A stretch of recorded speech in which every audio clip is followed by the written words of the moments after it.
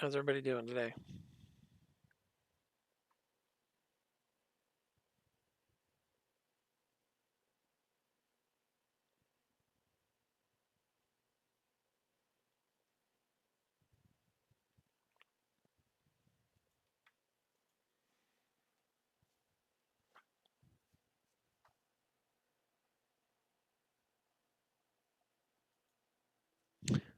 Like half of you guys are listening in. Is there everybody on the Beehive fleet?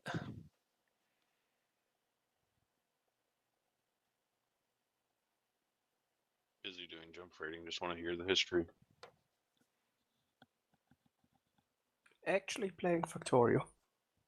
I guess most of us were on the Beehive fleet, it's just switching, so they're still probably listening to the calls from the new FC before they hop in. Yeah, that's fair. Yeah, Factorio. Yep, I get that. I have to admit, I haven't been as thrilled with the space expansion on Factorio, but I haven't put as many hours into it as I did the previous versions of it. Gleba is such a bitch. It's not that hard. I know, but if you're gonna bitch about any planet, Vocal hi, friend. Gotta complain. Gotta complain about that one. Yeah, that makes sense.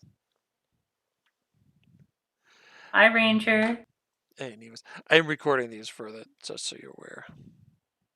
Okay, you and me a conversation after? Sure, we can do that. Thank you.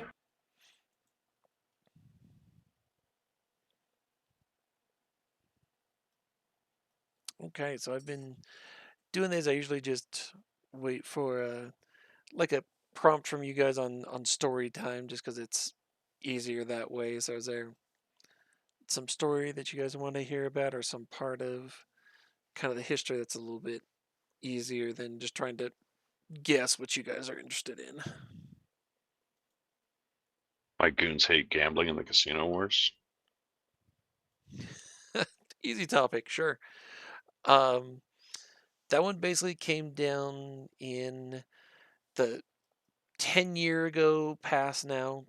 Eve was, or CCP allowed you to have an in-game / out-of-game casino. So you could gamble out of game. It was an exterior website, but you could gamble with ISK. And so that funded what we call the casino war. This was in the 2016-2017 realm where we lost all of our space. We were invaded. We lost all of our space in Deck, and we moved to Delve. 2015, 2016. And it's a Shingley's jumped in. I think I had a year off, but yeah, so that realm. So all of those were because of the casinos. They were banned by CCP right after the end of the casino war. So you can't do that anymore, but you could at the time.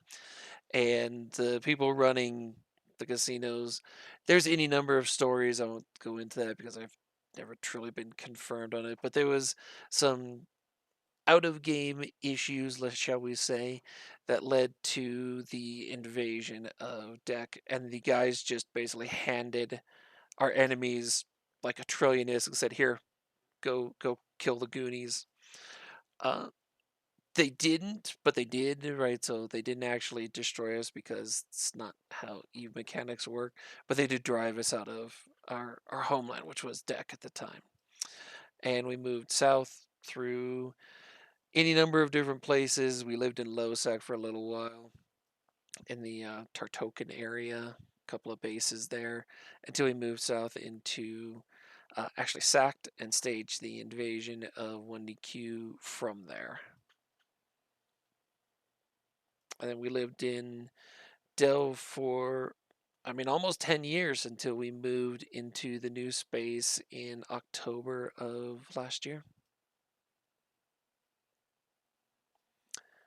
What is it? Who held 1DQ at the time? You mean in Delve itself? I honestly don't remember what alliance was holding that at the time. There were a few. It was Lumpy. It was which Lumpy. one was? Wasn't that CO2? That was the point. No, it was Lumpy. Obviously, it might have been. We evicted several people out of there. I thought that was the whole judgment thing? No. That was later. God, so much drama to cover. Carry on, sorry. I say yeah. So the judge was a real person. That was a later thing. CO2 did betray us at the beginning of the Casino War, where they tried to. So, got to step back, guys. Like citadels were being introduced at the same time as the Casino War, but pauses were still the primary method. Some people call them towers. Some people call them sticks. They're formerly known as pauses. Player-owned starbase is what that stands for. That was the primary way that nullsec blocks moved around. And so CO2 had the route that we were moving our super capital fleet for some reason. I don't remember why they were out there, but they were being moved back into deck, and they set up a mousetrap on their pause for our super capital fleet. And the only reason why it didn't work is because K Color, who was commanding the fleet, was like, "This is a stupid route," and went a different way. So K Color, who has space retired, he hasn't been playing and active with us for a number of years, but he's the reason why we have a super capital fleet, is because they had set a pretty good trap for us, and he thought the route was dumb, so he went a different way. Were there any plans to invade CO2 when they lived in Impasse? So most of the line and the leadership at the time has, I could say had, but has a real hate boner for CO2. And so one of the first big deployments that Reavers ever did, which is the SIG that Asher runs, that totally doesn't exist, was specifically targeted CO2, and we spent a lot of time, or I should say, nobody did because Reavers don't exist. But if they existed, they totally didn't spend a lot of time in CO2's backfield just burning shit down because fuck those guys.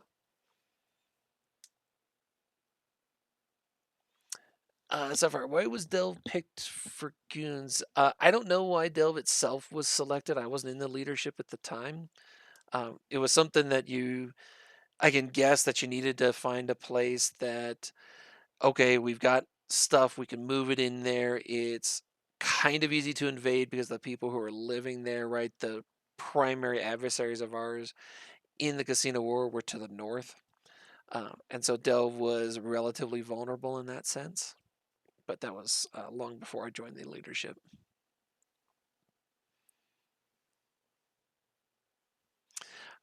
So when we first moved into Delve, yeah, Darkwolf, we were pursued. They did chase us down, Horde specifically, and Test actually chased us down the pipe that way. They did try and intervene when we invaded Delve, but as you said, it lasted a few weeks, and then they were so far away from their bases, and they realized this is dumb, and then they just left.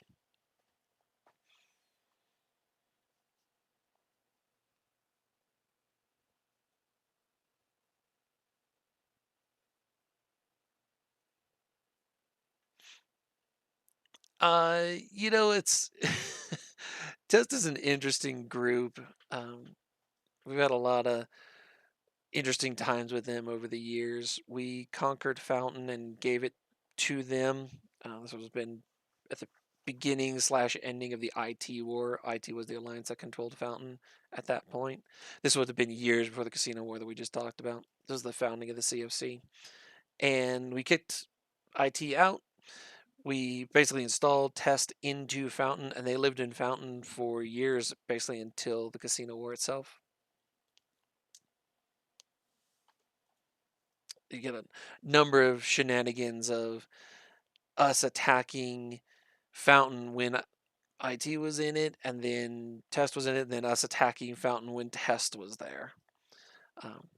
Any number of things have been kind of declassified over the years. Mittens has mentioned a few of these in eVegas's. Apple's been on some of these histories with me and has talked about it. But we actually had a corp that was controlled by goons. It was a Sov transfer corp that was in Test at this time, but their leadership had changed like 4 times, and they forgot that our GSOL guys controlled this corp, and they would just wait for them to do a whole bunch of work, and they just go in and like turn off all the SBUs because they had a corp that was controlled. The CEO and all the directors were goons in there. and they would just go in and just turn them all off. They were using a spreadsheet, a Google Doc, a Google Sheet to track all their SOV timers, but they hadn't secured it, and so some of our operators would go in and just change the times on like reinforcement timers. They just go in and change them, like add an hour or something like that, so that they would show up an hour late.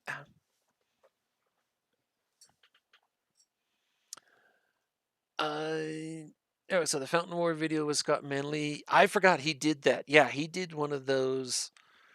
Shit, when did he do that video? About 10 years ago now. It was after the Fountain War. I forgot he did that, but yeah, he did those. He's a goon. Well, he was. He's space retired now as well. He won Eve years ago, but yeah, he was a goon too. Scott Manley.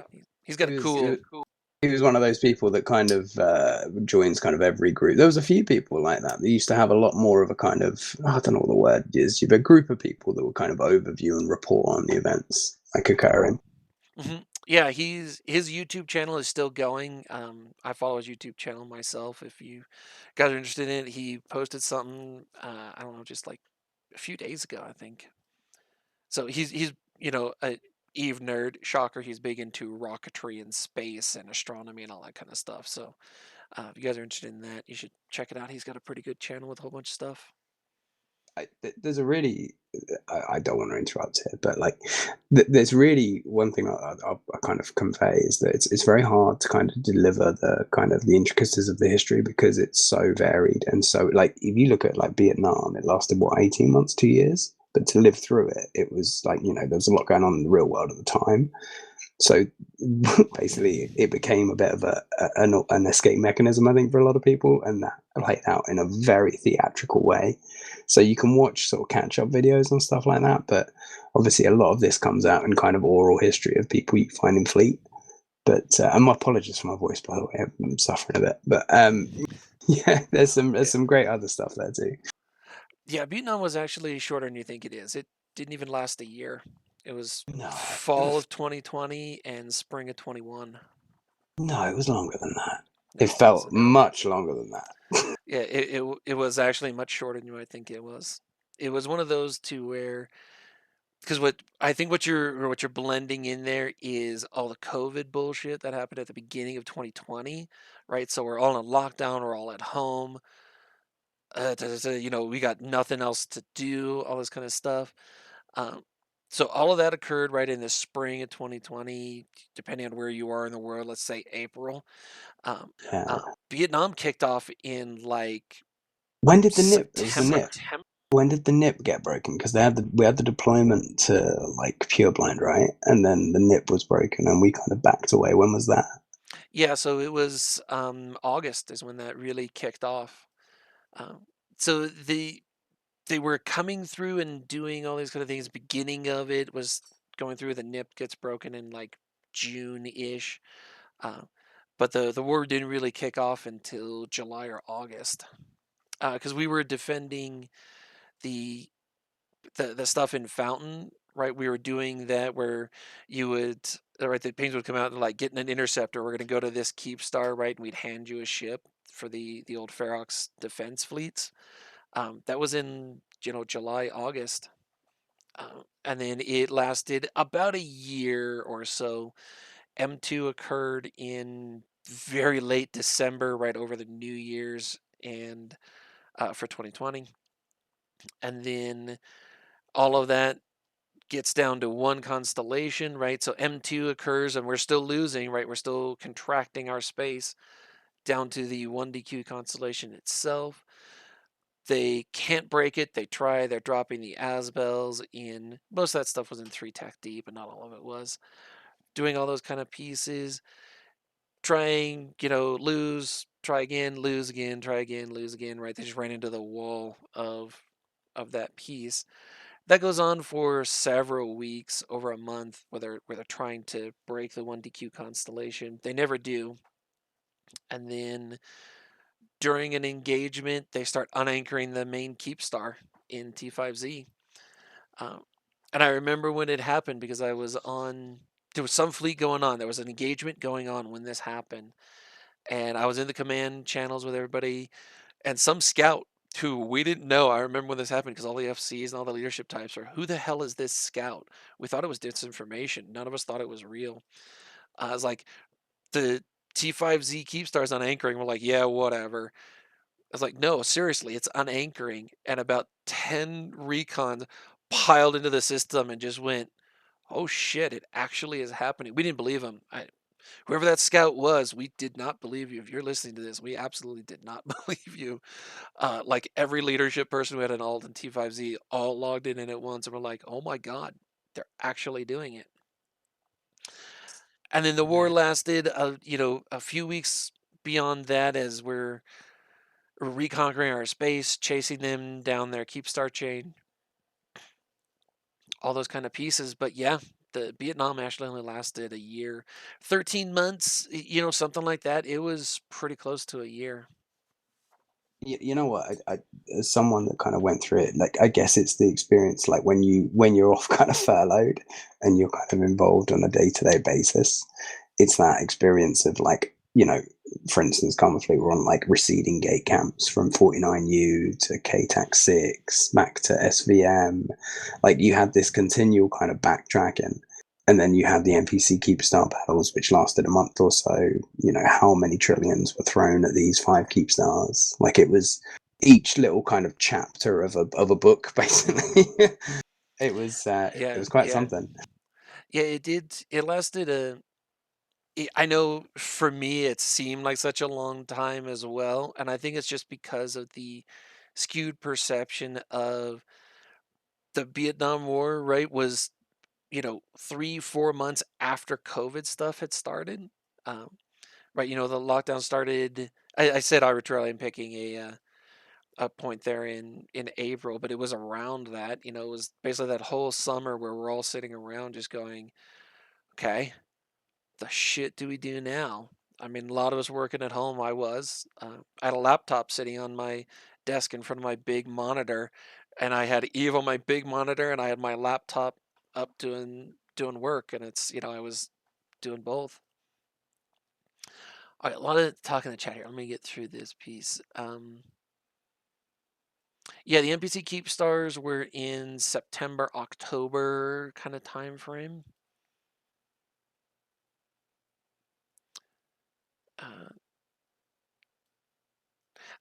Yeah. So Victor, there, the war goals that Test had when they set out with it were very stupid. And I've said this on multiple of these histories and in interviews. You can't kill an alliance in Eve. It's just not possible. If the morale of the people, right, stays, you can't kill an Eve alliance. You just can't, right, with it. Okay, yeah, maybe you can get an infiltrator in and take it over, which is what we did to Band of Brothers. That happened during the Great War. Oh my God, 20 years ago.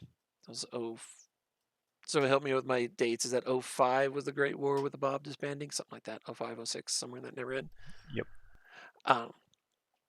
So you can do that, but what ended up happening, for those of you who were not around and haven't seen this, they literally just went, all right, well, we don't have that name anymore. We're just going to form this new alliance, and that's what they did. And so you just immediately took back over, right? Those people are still, not all of them are obviously, but a lot of those people still play the game today. They're in NC, they're in PL, they're in Horde. Those are the 3 main ones. Those guys are still around, some of them are, again, some have quit.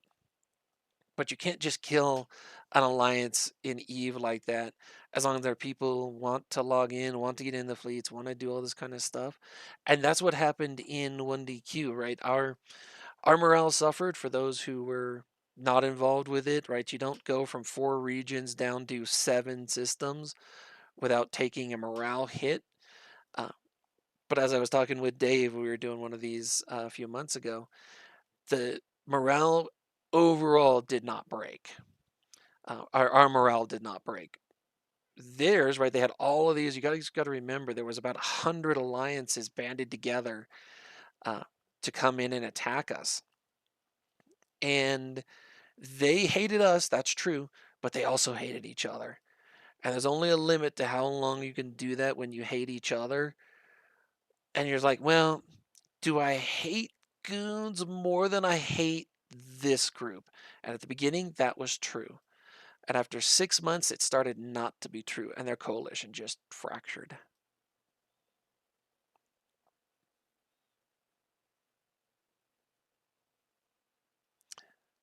Oh yeah, the cormorants. Yeah, I do remember. Those cormorants were funny.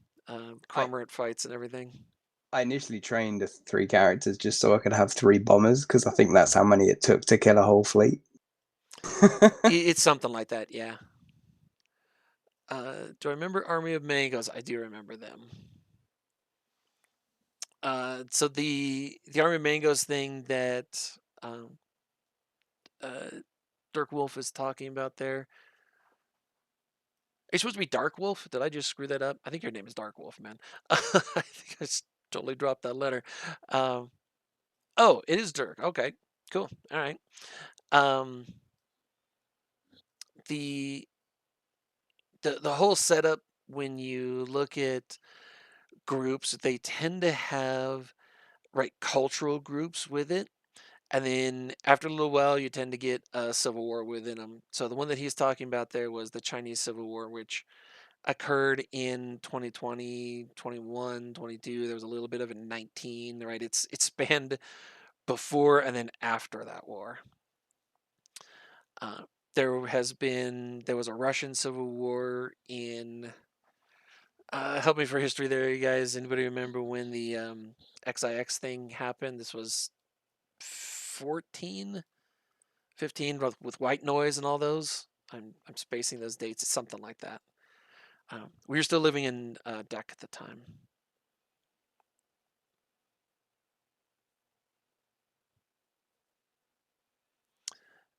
It's a story of Mittens leaving and Asher taking over. Yeah, so there was some self-inflicted drama from Mittens at that point in time. So this would have been 22. So it would have been like the spring of 22 and summer of 22. And there was an accusation made not against Mittens himself, but against somebody else. It wasn't really investigated, and then it turned out that basically it came down to Mittens didn't like this person, and so they were purged. There was a whole bunch of kind of behind the scenes pieces to it, but that's basically what it ended up being. Is he decided at the time that Mittens did, that he would step down as the betterment of it. He'd been leading goons for over 10 years.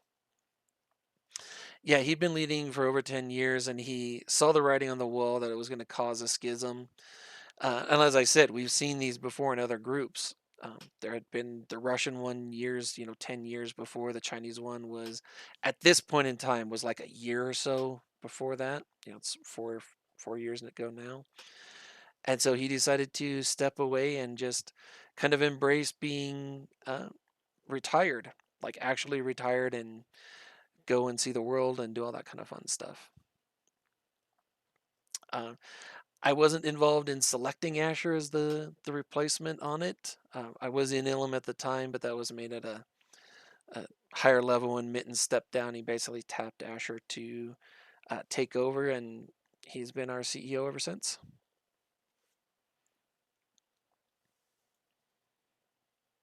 I thought it was an interesting choice. There was a couple of people who I had in mind when I knew Mittens was going to step down. Asher was one of them. I won't mention who the other 2 people were because it doesn't matter, because they didn't end up being the boss man. But Asher was definitely on my own personal list.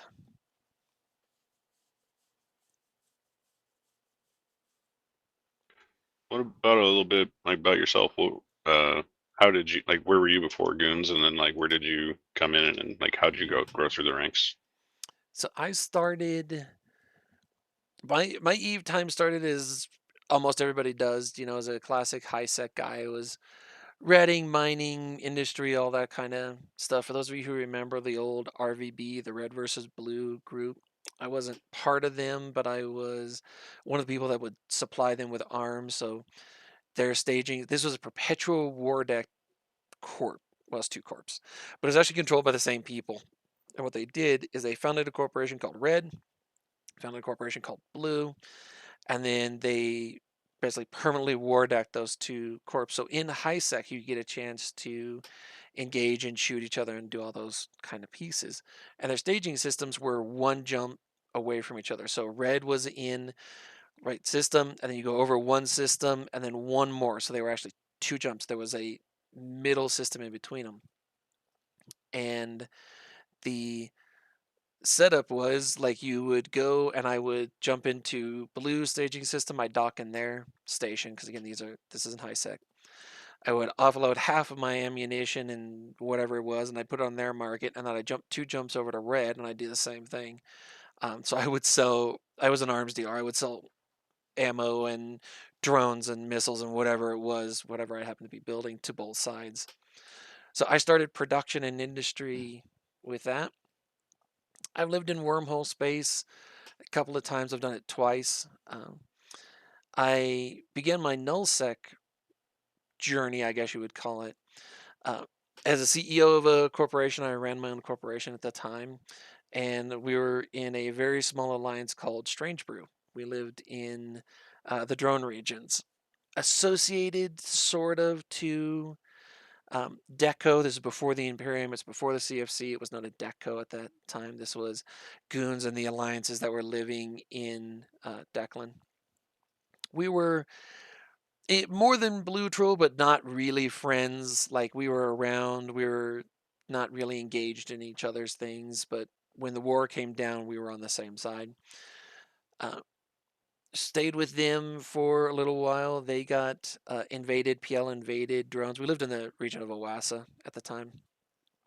They invaded. Our alliance just got pushed out. Everybody did, but we controlled all of Owasso then. So our alliance got pushed out. We ended up crashing on Razor's couch, and it was decided at that point that we would join Razor. I had risen to be a director of the corp because what we ended up doing is the alliance, we dotted into a single corp. So I lost my corp. I was no longer a CEO, but I had been made a high-level subdirector director in the resulting corp towards the end for it. It was then called Strange Brew. The corporation itself was. That corporation had some issues, some drama came to it. There was an attempted coup. Razor's leadership, which was a troika. There were 3 people that ran Razor.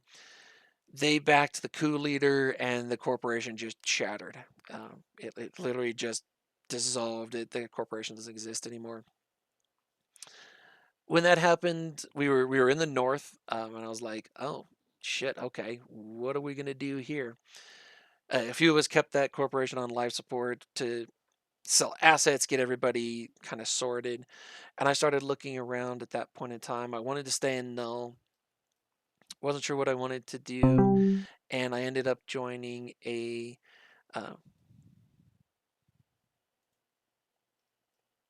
If you guys want to jump on that ping, you're more than welcome to. I'll post this and recording for it later, so you can jump back on if you'd like. But I ended up moving and joining a group of Aussies who were living at that time in Cloudring, part of Phala Ascension and TNT. They switched between those 2 alliances. I'm trying to remember who it was at the first. I believe it was Phala Ascension at the beginning. And that's when I got into Deco. So I was in Deco when the CFC was founded. This was at the beginning of the IT war. I was just a line guy at this point in time. I was just flying around, being a line member. I eventually got made. So the Aussie Corp, good group of guys, but I never saw them. So I was looking for a USTZ Corp. Joined one called Wildly Inappropriate Dot. When we talk about We Dotting Alliance, these were the guys who did the first thing. Wildly Inappropriate was an alliance. Actually lived in Delve at the time. And compressed down into a single corp. I joined that corp years later, but it was known as We Dot, so Wildly Inappropriate Dot. the rose kind of through those ranks to being a sub director there. I was the SRP guy in charge of the corporation's SRP, not for the alliance, not like what Atrum's crew does, but I did that for WeDot itself. I was with them until we moved into Delve, and then a couple of years after being in Delve, when the corporation just went inactive, too many of the leadership and just the members of the corporation had one eve. We were down to less than a dozen people in the director kind of level for the corporation. It was like myself and one other guy. So at that point, I said, the corp is just not going to make it. So I made the decision there to leave, and I joined Karma Fleet. And I've been in Karma Fleet ever since. So that was 6 years now. It was 2019, I think it was, that happened. It was before so it was after the casino war. We'd moved into Delve, but it was before Vietnam because I was in Karma Fleet before that. I was active in a couple of SIGs. I was chair of classes for Gooniversity through most of what I just described to you guys. I was made chair in, I think, 2016 or something like that. I stepped down with that in late 2019, early 2020. So 4 or 5 years I was chair because I can't remember when I was elevated to that. I was involved in recon. I was doing the group that we mentioned earlier that doesn't exist. I was in Reavers. I was I was the HR guy for Reavers. And that led in 2020, during all the lockdowns we were talking about, out of the blue, Asher popped up and said, "Hey, can you help me with something?" And I, like an idiot, said yes. And that led me to creating a group that we now call Procurement and being elevated into the directorate. So I was made a director in fall of 2020. During Vietnam, I was made a director at that point. And then when Asher took over, about 6 months or so after he took over, the previous chief of staff, his name is Clavis. Clavis retired. He stepped down, and then I stepped in as chief of staff. And that's the role that I have today. Coming up on 2 years for Asher, and about, no, that doesn't sound right. Is it coming up on 3 for Asher? I've been chief of staff for almost 2, and he was like 6 months more than that. So something along those lines. These dates are starting to blur for me now.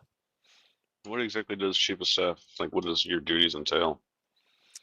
So basically, what I do is I look at the directorate and to make sure that everyone is playing nice and all the things are working. Sitting down and helping plan everything. So when we did the move into our new space here in ULX and everything like that, it was my role to sit down and look at each of the orgs and say, okay, what do you need? What do you have? Like, do you need money? Okay, how much money do you need? Do you need help moving stuff? One of the big things that we did is GSOL had a huge amount of stuff to move. It was an insane volume of things to move. And so I sat with Delta, who's head of GSOL, Kaz, right, as CFO, and everybody else, Kunmi, who produced a whole bunch of stuff for us. And we said, okay, we need 500 freighters. Who's got them? Where can we get those? And yes, we actually did. It was closer to 600 freighters. And we got them. We said, okay, we need to move everything. So we staged it. So I helped, organize all that staging. So it's a lot of talking to people. I don't spend a huge amount of time like logged in game compared to being on Discord, on Jabber. Mostly it's Discord, right? Because that classic thing, we can all use it on our phones. But most of my job is to, just talk to everybody and make sure everything's going well. And, when there's a fire on something, to help deal with it. Being like an operational link between organizations, then.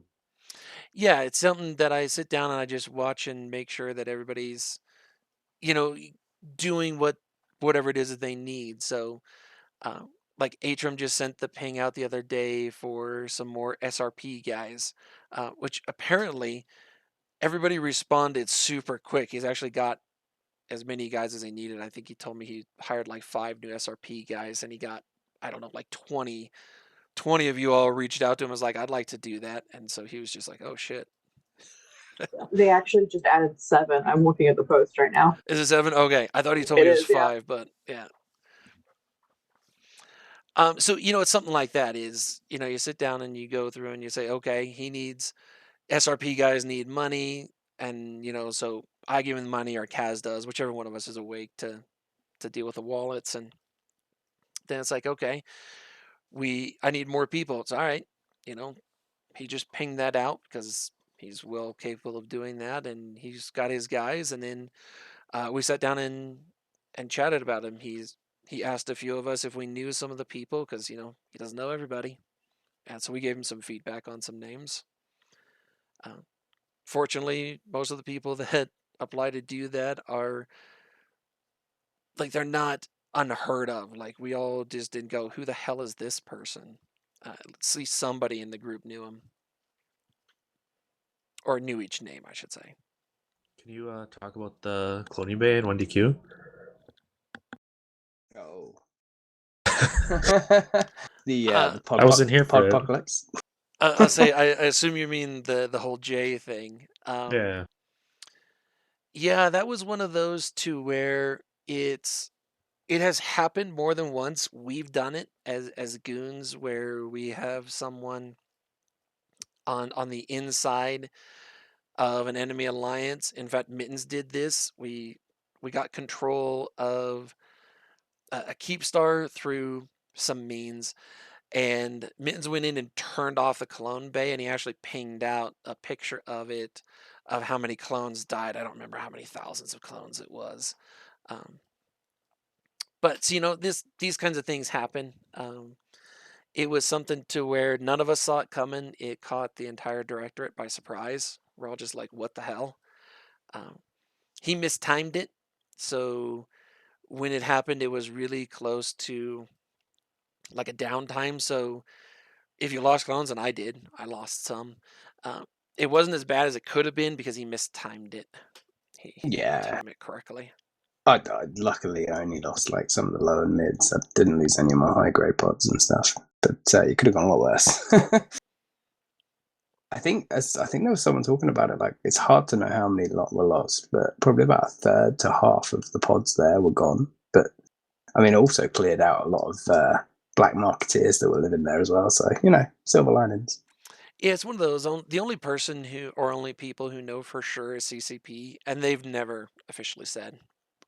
There was, I think, it's the probably bigger punches. While the pods were the bigger price, like that's like a group punch, isn't it? Like that loss is absorbed over a large base. So given that, actually, it's not that bad.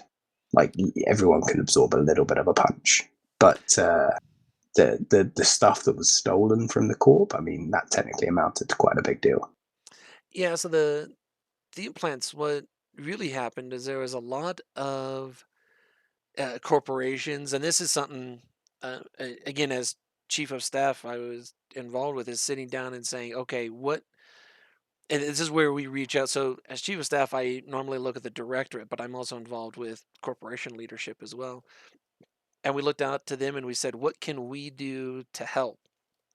And so a lot of corps were doing replacements, right? They maybe not full replacement, like, you couldn't replace like 40 sets of implants for each individual person. But I saw any number of corps who were saying, hey, we'll reach into our coffers to help with this. And the corp CEOs had some really direct questions for me and the rest of the leadership team of what we would do to try and prevent something like this from happening in the future. So it was a bummer. Why was there a reason? I've never talked to him. He has never responded, as far as I know, to anybody asking. So yeah, we've got theories. Everybody's got theories, but there's never been a definitive answer to that, as far as I'm aware. I mean, it's a moment of infamy, isn't it? Like, probably one of the biggest heists that have ever been committed. Yeah, it's one of it's the most recent one, and so everybody remembers it. There's a whole bunch of these over, over the years, and it's just like if you're involved with it, you remember those. Um, there's been any number of these. One of the guys who did one of the first Eve banks, not the casino. This guy predated them doing during the first Eve banks there. He amassed so much wealth, and everybody who dealt with it knew it was a scam. Like I had invested some money in it, and I'm like, okay, he's gonna screw us. I'm just not entirely sure how. It turned out it was a Ponzi scheme, a classic, pyramid Ponzi scheme kind of setup. We were trying to figure out how he was gonna screw us on that. Um, and so we put a little bit of money in it just to see what it would do. I think we invested like 100 million or something like that just to see. Um, and we lost about 60% of that. I think we had made 30 or 40 million in like, interest with it. But that guy holds the record for the most like people and ISK swindled for a very long time. He had hired multiple people to process payments and to pay out ISK and to do all this kind of stuff. He had a website. It was a whole deal with him. And I spacing the guy's actual name. But what he did is when it got down to the end, he's like, I just got bored with doing this. So I took all the money and kicked all the bankers out and then just like doomed that character. He actually biomassed it, if I recall correctly. Uh, and then just walked away and nobody really knew who he was. He's given some interviews and things like that using that pseudonym, but yeah, that was a big one. He made off with somewhere in the neighborhood of $1 trillion ISK in 2014 or something like that. Yeah, but Jay must have taken probably more than that, like an order of magnitude more, I think. It wasn't that much higher, because the inflation was so bad. It's really hard to judge how much that would change, right? Because when you're trying to back Eve through, inflation's around like 7% annual. yeah, it's like when you're trying to back through, 14 years, it's really hard because that guy screwed everybody in like 2011 or something like that. Yeah, you're right. Yeah. I mean, was it a lot of money? Yes. Did it cripple anything? Not really. It pissed a lot of us off, but we were all disappointed. We were all personally hurt. But yeah, that was what that one was. If you go off the 7% inflation, it'd be like 2.6 trillion in today if you started with $1 trillion. But also, like, prices on things have gone crazy too. So Yeah, not an accurate number. yeah, inflation in Eve is definitely real for sure.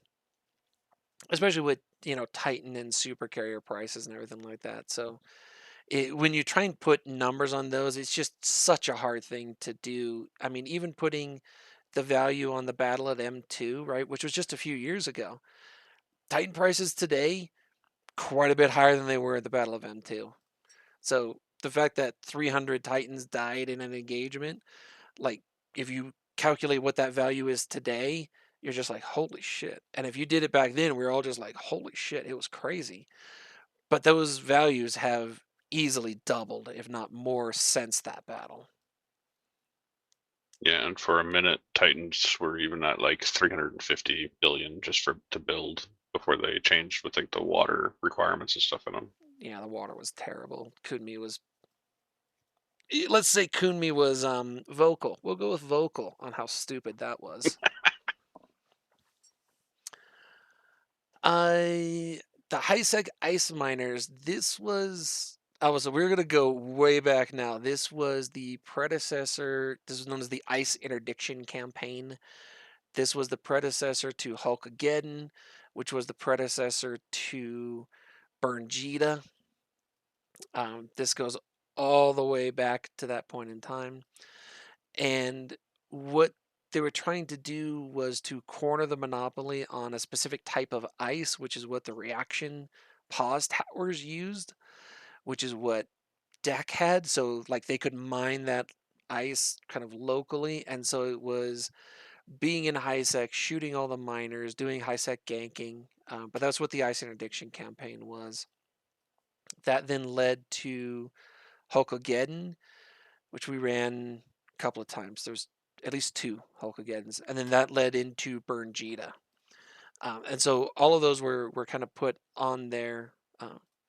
Were they actually effective? Yeah, it's an interesting question on that. So the answer is yes and no at the same time. Like, did ice mining stop? No, people just moved to the other side of the galaxy and did it over there. Did a lot of shit get blown up? Oh yeah, it did. But you got to remember, at this point in time, ice belts are nothing like they are today.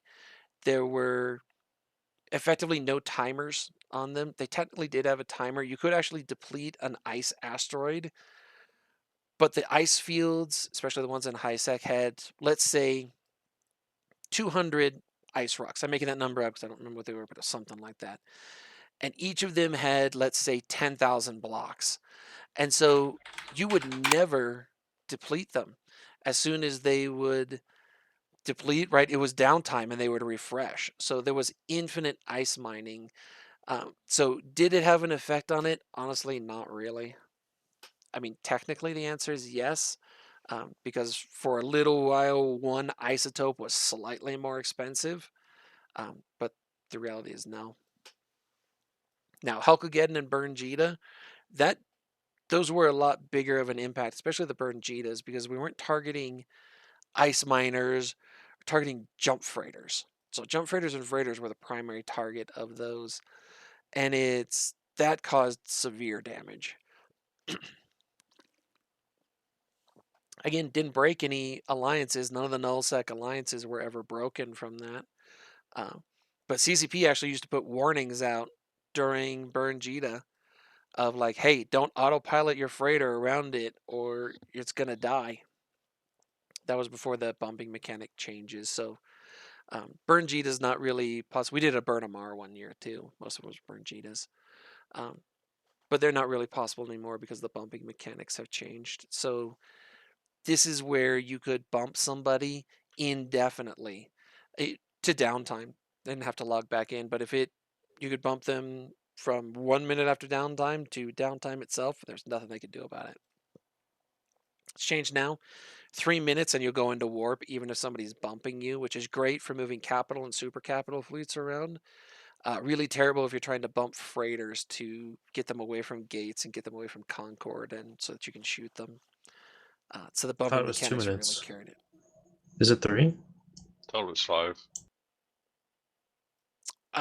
It's a couple of minutes. We'll go with that. They may have tweaked that number. I thought it was 3.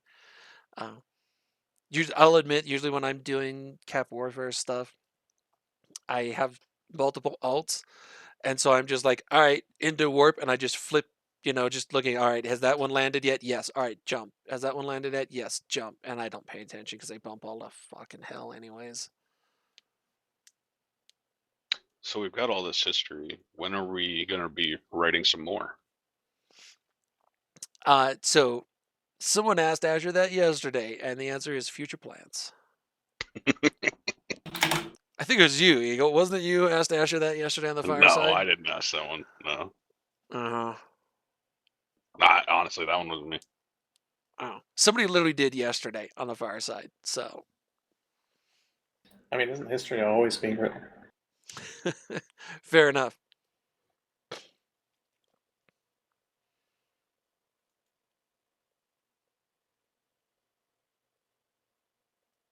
Okay, so we've been going now almost an hour. I usually try to keep these between an hour and a half. So, is any other problems for more story time there? All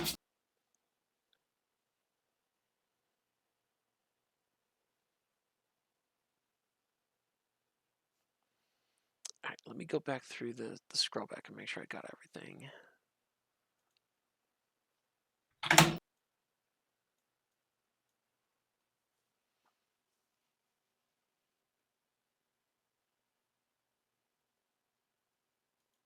Oh, I did miss one.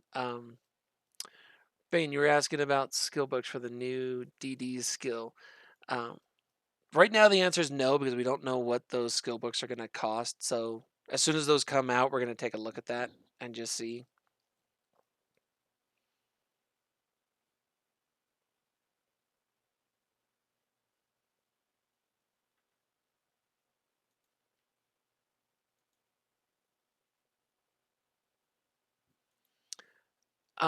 Oh, Sapphire, I missed one from you way back when we were talking about the 1DQ constellation. You're asking if I thought the constellation would have broken if their morale had not first. To be honest, I don't think so, because Vili wasn't willing to pay the price to actually break it, right? They tried multiple times, they'd failed multiple times, and he wasn't willing to throw enough bodies at it to actually get it to work. He just wouldn't do it. He was trying to strangle us with, trying to strangle our supply lines, and it wasn't working, right? So he conquered all of our space and then was just sitting there, and then he was trying to get other people to live in it, and that wasn't working because our Black Ops groups and all of our covert groups and some of the alliances that weren't in 1DQ Constellation itself were just in their backfields causing trouble. So he just wasn't willing to put in as much money as it was going to cost to actually break that constellation.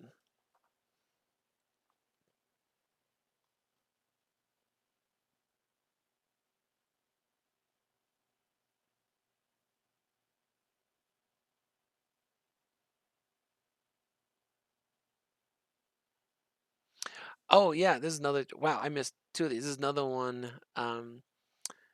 For the end there, when they started the unanchoring on it, coincidentally, you can make this of what you will. Like, all of the leadership, all of their shit got out like instantly. So they all knew it was coming. They evacuated all of their shit out and then left all of their line behind to die. And that's when we knew, when that happened, when we saw the T5Z keep start going into unanchor, right when they started that timer, that's when we knew we were going to like win for it. It's like, okay, we know we're gonna win this, but we thought this is gonna be a lot more. It's just gonna have to, okay, let's go through. We're gonna have to reconquer all this stuff, and then they fled so rapidly that we were dropping like supers on Pocos because everybody was bored and we just had stuff to go and shoot.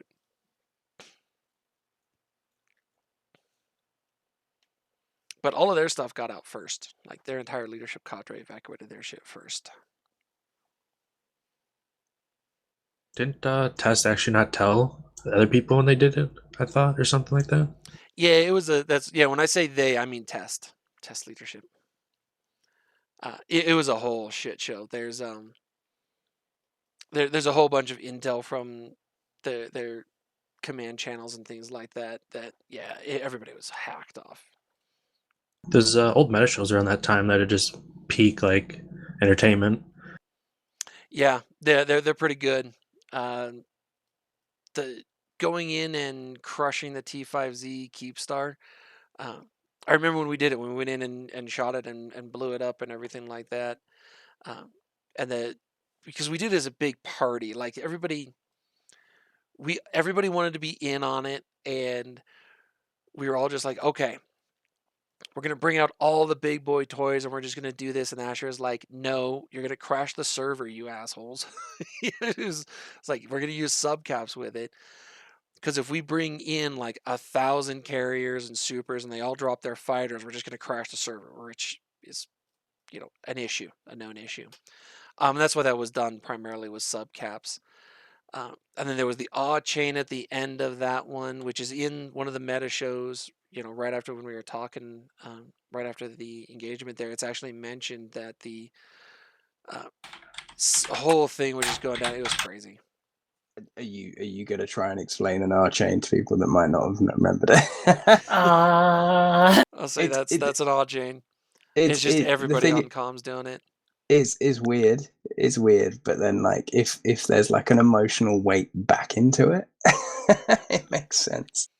Yeah, the recording from that, it was actually recorded, and it's again, this is so COVID is so not only is Vietnam ending, but COVID is starting to end. Right, the lockdowns are starting to ease up at this point. This is spring summer 21. I can't remember when we killed T5Z itself, but it's coming into that, right. All that stuff is starting to let up, and yeah, it's 5,000 people on our comms, some ridiculous number like that, doing an odd chain. It was insane. It lasted like 2 or 3 minutes.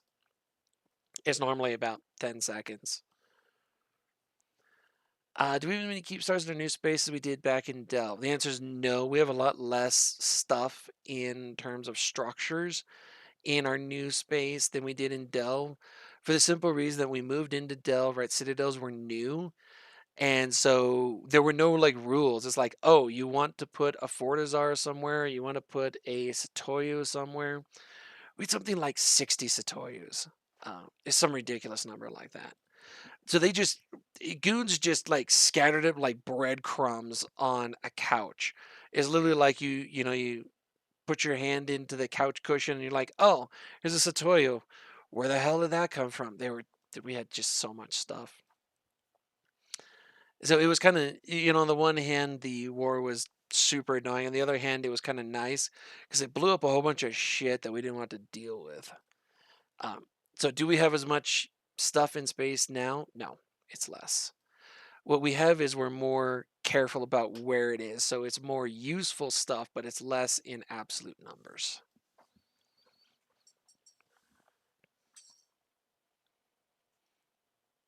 Yeah, so keep stars right on top of the sun. Yeah, it's because at the time, right, if you wanted to put something down, it's like, okay, we'll just put it in the system. The one in 3 TAC D, the original jump gate was on a keep star in the middle of bloody nowhere in that system. For those of you who remember the engagements in Vietnam in 3 TAC D, right in the middle of literally nowhere. It was just miles from any of the gates. It was a terrible position because it was a crab star. It was people who wanted to use it to be able to rat and have some place to dock their ships. There was no strategic value to that keep star at all. And then when we needed to have strategic value, it was in the wrong place. So we've been a lot more kind of militant on where we put them and how we align those things, and how they're configured now to make sure that that's not the case, that they are in a strategic place. So keep stars now are aligned and oriented on gates. I feel like there's a whole group of people that make sure it lines up precisely. gets out the protractors. Yeah, there's a little something to that. Yeah, when we picked the location where we are now in ULX for the first Constantinople, fucking Kaz came up with that name, for this location, it was a big debate among the command team. It was like, okay, we wanted it to be in ULX. We like the jump ranges there. But the question was, which gate do we put it on? How do we align it to, does it, if we put it near the, let's say, Well, the yeah, 'cause you've got 3L3N gate, You've got where can two we gates, align it? haven't you? Yeah. You've got 2 gates on that side. Yeah, so it's like, where can we align it to? And so that's why we picked it to be aligned on the YTEC-O gate here, is because it aligns towards the other 2. You can kind of hit all 3, and it's not terrible.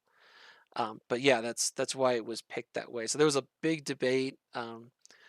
We were out here just looking at it, and it's like, okay, if we put it here, it lines to this gate. Okay, well that means the other gate's behind it. It's like, oh damn. Okay, well if we put it over here, you do that. It's kind of how those go.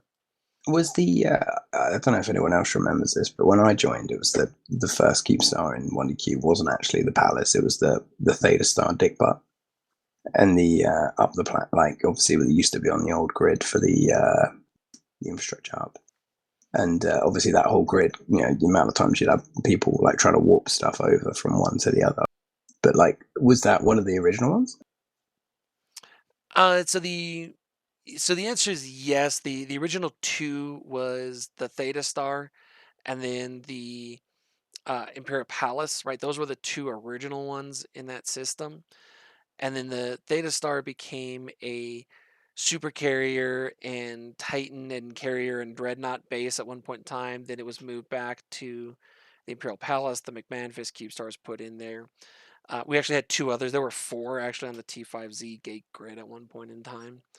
So it's all those kind of pieces with it. So it was one of the 2 original ones. Yeah. In fact, there were 2 on the iHub Keepstar grid. There were 2 Keepstars there, and then there were 4 on the T5Z, but not all at the same time. We never had 6 Keepstars in there. Is there any story behind like why it was all faction forts in 1EQ? So those are the old. Let me jump back to that. I'll come back to that. So the question is, is the 1DQ constellation holdout possible in our new space? The answer is no, because of the changes to the mechanics, like the power and workforce and all those kind of pieces, have really altered the way that space can be laid out like that. Jump ranges are different. We had NPC null space in Delve, so we couldn't be like cut off with it. It's harder to isolate 1DQ like that to prevent supplies moving in. It's easier in ULX to do that, but there's more routes in total. So could you hold out in space like this? No, not really. It wouldn't work out. The big advantage to 1DQ is that we had a Fortizar on the iHub. It was 100 kilometers from the iHub. So the Fortizar could defend the iHub itself. And that was a huge strategic advantage to us. When that was changed, it was one of the big drivers for us moving to UALX. So the faction Fortizars, these are the old outposts. So the original NPC station looking things that were in Sov Nullsec, right, that the players could build. These are called outposts. When Citadels came in, the outposts were converted into those faction Fortizars. And so there were 4 outposts. There was a Kaldari, a Galanti, a Amar, and a Minmatar. And so that's where the faction Fortizars come from. Each one got a specific name, but that's where those are. And so those were tribute to us. They were a bribe years ago to make us stop a war and go away. And the bribe, the penalty, the tribute, whatever you want to call it, was that pile of faction Fortizars. And that's where the vast majority of them came from. We yoinked some from our own space. We absolutely did. But yeah, a huge fraction of that came as the tribute that was paid to make us go away. And so we ended a war and left because of that. So just a question. Who So paid that? yeah, I think that was Darkness that paid those. But does that mean then that all of those outposts that were constructed, right? There would, I don't know, however many thousand systems there are in Nullsec. Was there one created for every system of Nullsec? So the answer is no, because not every system in Nullsec had an outpost, but every outpost that did exist was converted into one of them. So Right. no, not there aren't that many of them. It was in the hundreds, many hundreds, but it wasn't that many, because not every Nullsec system had one. Stations There's back in the actually day a were a massive forum pain post to build. about that. There's only ever 441 Prometheus, 188 Marginis, 392 Dracos, 114 Horizon, and only 68 Moreau. So that's right about 1,000 in total. Yeah, so it's again, not every system had them, and as she was saying, they were a massive pain to build, and you could only put one in a system.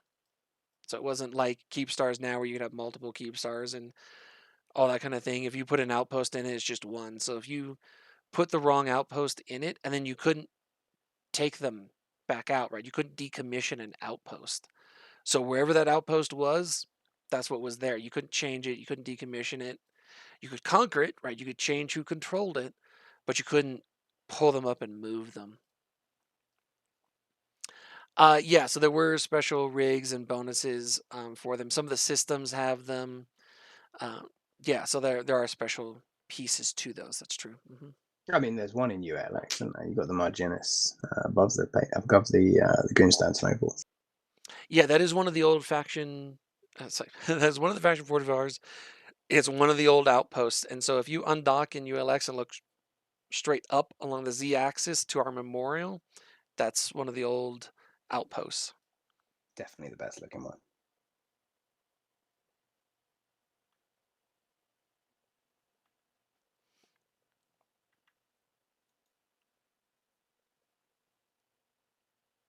Okay, let me go through what we got here. Talked about that. Yeah, we talked about those. Okay, I think I got everything in chat there.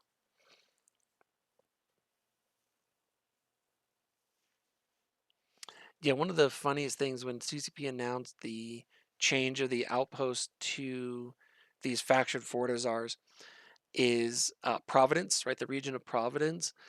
Everybody started eyeing Providence, and it's like, well, if we control these things, then we get one of these. And basically, the entire galaxy descended on Provi, was then known as the Provi Block, and just Provi, and just staged a massive war of conquest there, just to have control of those outposts for when the conversion occurred.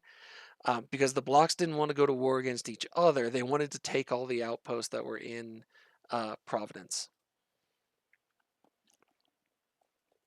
I can't remember how many were there, but there was a big kind of fight, and it was the poor guys who lived in Provi saw literally all the null blocks just descend on them and just crush them, and then kind of turn on each other as we were all fighting over those outposts.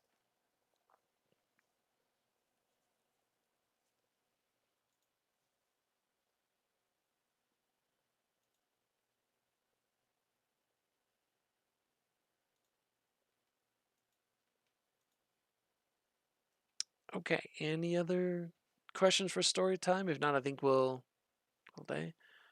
Do CVA still RP up there? I honestly don't know if they still do or not. I have not been in Provi or dealt with that at all. Yeah, I don't know if they still do or not. That's an old alliance. CVA is a very old alliance. They've been around a long time. They were known as the big role players of that area. Shanley, do you know off the top of your head? As far as I know, they still do some roleplay, but they don't do the not red, don't shoot thing anymore. They stopped doing that some years ago. They folded in, didn't they, to Darkness for a few years, and then Darkness fell apart, and I think they bounced around a little bit. I think they did go back to Provi, but I think it's a bit more complicated there. I think with RMC and all of those other groups as well. I think they're somewhat affiliated with RMC now, is my understanding. I'd have to look. I don't really pay that much attention to that area. Yeah, it's something I leave all of that to people like Shingley, and I'm like, I know where Provi is, but I'm like, I don't know who lives there until they become a problem. When Shingley and the other Diplos are like, all right, this person's a problem, or the military's like, all right, these people are problems. When did Goons stop being based on something awful? So the GSF itself, right, the Goons form itself, was originally based on something awful, and then there were other corps who joined for the alliance with it. So when I joined in, I think it was 2012 or so, 2013, you didn't need to have any of that for the corp that I joined. You still did for Goons Forum itself, right? You needed like a vouch for somebody if you weren't on the Something Awful forums. You'd have to have a vouch to get into Goons Forum itself, right into the actual corp. But it's kind of changed over the years with it. I couldn't tell you exactly when that change occurred, because it was something that never applied to me. When I joined GSF, I was in WeDot, and that wasn't a thing for WeDot. They didn't care. You had to have a carrier and or a dread to join WeDot back at that point in time. The Wafa Corp still does that. It is be in Something Awful or have a vouch to get in. Okay, so they still do it.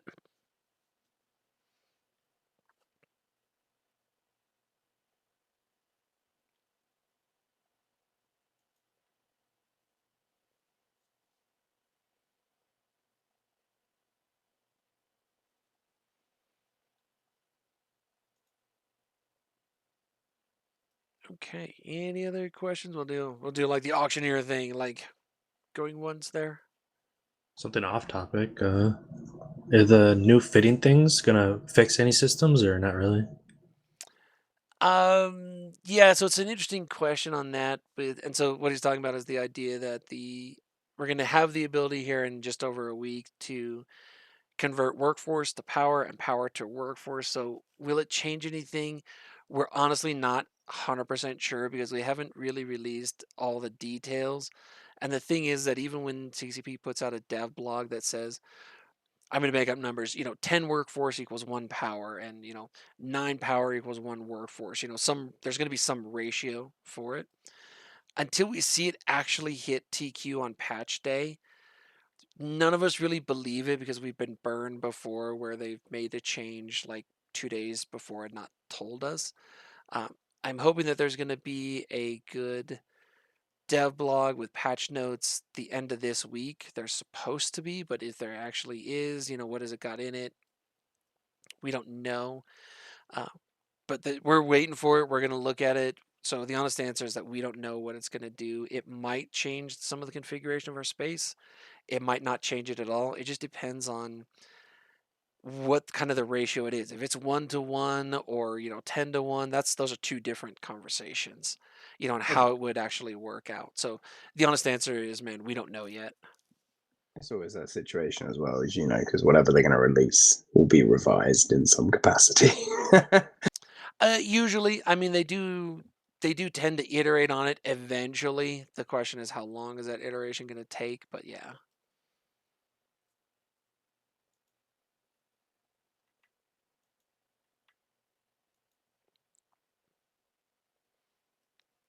All right. I think we'll call it good for this one. You guys go enjoy your Sunday. I'll do another one of these in a couple months. I'm trying to do them every 2 or 3 months. So have a good one there, guys. Enjoy your Sunday, and yeah, we'll see if there's anything else going on. It's been pretty quiet today, so it's kind of a nice day to do one of Don't these. say the Q word. I know if anyone else just wants to talk random shit as well, KF Standing is always a good place to talk about this kind of crap. You just jinx stuff, boss. Oh, well, you see, that's not my problem. I have IRL stuff to do. So, all right, guys, have a good one. Enjoy your Sunday. Thank you. Bye. Cheers, buddy.